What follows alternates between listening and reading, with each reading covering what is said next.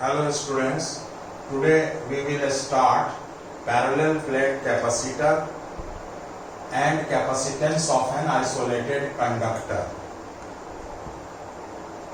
For parallel plate capacitor, let me first know what is capacitance और capacity. जैसे कि हर चीज का कंडक्टर का कोई भी चीज को किसी भी चीज के गेन करने का एक कैपेसिटी होता है. फॉर एग्जाम्पल लोहा और टीन ले लें और दोनों को गर्म करें तो दोनों में ताप ग्रहण करने की क्षमता अलग अलग होती है. लोहा आयरन जो है वो ज्यादा ताप ग्रहण कर सकता है और टीन कम ही हीट में वो पूरा गर्म हो जाएगा.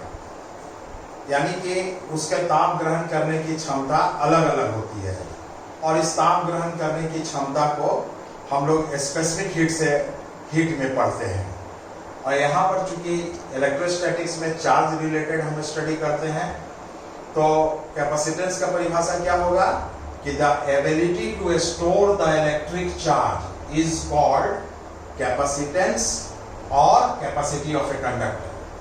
For example, if charge a small q is supplied to a conductor, then its potential increases.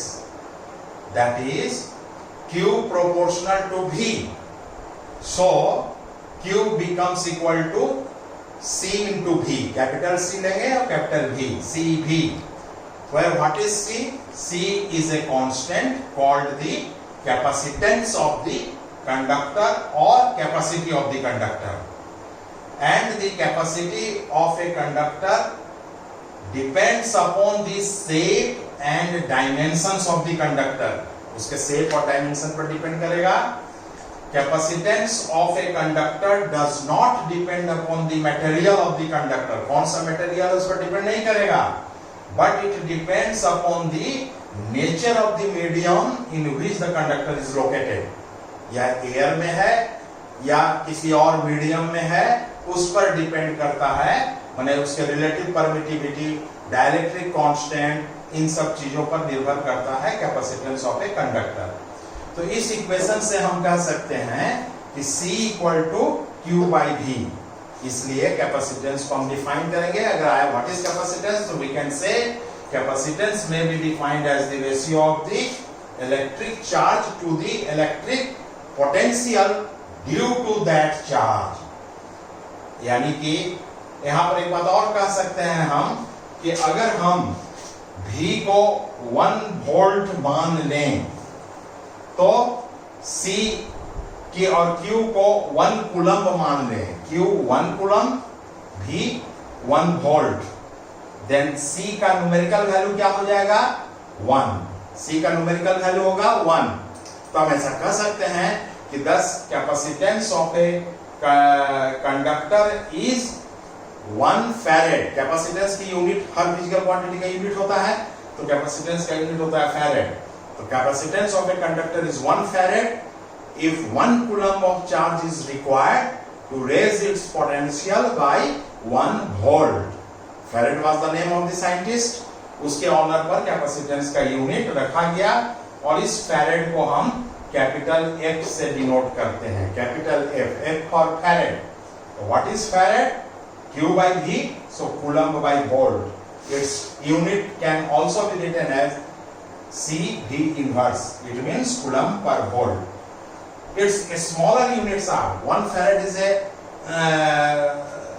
large value of capacitance, so its smaller units are used. For example, 1 millifarad denoted as mF, and it is equal to milli means 10 to the power minus 3, 10 to the minus 3 farad. Very simple. 1 microfarad denoted by mu f, 10 to the power minus 6. Micro means 10 to the power minus 6 farad.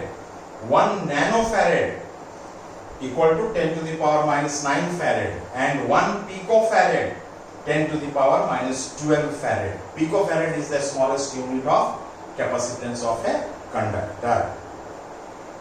Now we will calculate capacitance of an isolated conductor. and that conductor is taken, for simplicity, its shape is taken as spherical. Very simple. This is a spherical conductor, and let a small r is the radius of a sphere, and q charge supplied to the sphere, and charges will reside on the surface of the spherical conductor. We know that electric potential on the surface of the sphere will be capital V equal to 1 by 4 pi epsilon naught q by r. The definition of capacitance is C equal to Q by V. Put the value of Q and capital V, this one Q cancel, it becomes 4 pi epsilon naught r. Since 4 pi epsilon naught is constant, so we can say that C proportional to R, that is capacitance of a spherical conductor depends upon the radius of the conductor. The more will be radius, capacitance will be greater. Therefore, we can write from this equation C equal to 4 pi epsilon naught r, epsilon naught equal to C by 4 pi r. So there is another different unit of epsilon naught in SI system, and that is unit of C is farad, unit of r is meter, so farad per meter. The unit of epsilon naught is also farad per meter. Previously, we studied that unit of epsilon naught is Coulomb square per Newton per meter square, and its another unit is farad per meter by this definition. Now we will study about what is capacitor or condenser. Capacitor and condenser are the same thing. Its definition is a capacitor is a device for storing a large quantity of electric charge. To store large quantity of electric charge, the arrangement is called capacitor or condenser. A conductor can store a small amount of charge, and hence it possesses a small capacitance. To store a large amount of charge, two or more conductors are arranged to form a capacitor. Then what is capacitor? Thus, a capacitor possesses a large capacitance to store charge and also in a small space. Here we have seen parallel plates like this. This arrangement is done. Two or more capacitors to form a, so that it can store large amount of charge and also in a small state. We can also define capacitor as, capacitor is an arrangement, it is an arrangement by which capacitance of a conductor is artificially increased. Capacitance of a conductor is artificially increased, and there are three types of capacitor in general used, and their name is number 1 parallel plate capacitor, number 2 a spherical capacitor, and number 3 cylindrical capacitor. A parallel plate capacitor consists of two parallel plates, one of which is earthed, and a spherical capacitor consists of two concentric spheres, one of which is earthed, and a cylindrical capacitor consists of two coaxial cylinders, one of which is earthed. The conductor by which whose capacitance is to be increased is called conducting plate, and the conductor by which capacitance with the help of which the capacitance is to be increased is called condensing plate. So in case of parallel plate capacitor, one plate is conducting plate, it is named for simplicity, and another plate is called condensing plate. In case of a spherical capacitor, one sphere is called conducting a sphere whose capacitance is to be increased, and by which a sphere the capacitance is to be increased is called condensing sphere. And in case of cylindrical capacitor, one cylinder is called conducting cylinder and the other is called condensing cylinder. The condensing part is earthed as shown in the figure. Now we will draw the figures of symbolic figures of parallel plate capacitor, a spherical capacitor and cylindrical capacitor.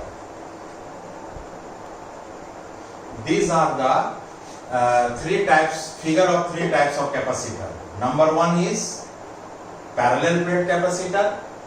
This is a spherical capacitor. This is the figure of cylindrical capacitor. This plate is called conducting plate. This one is condensing plate.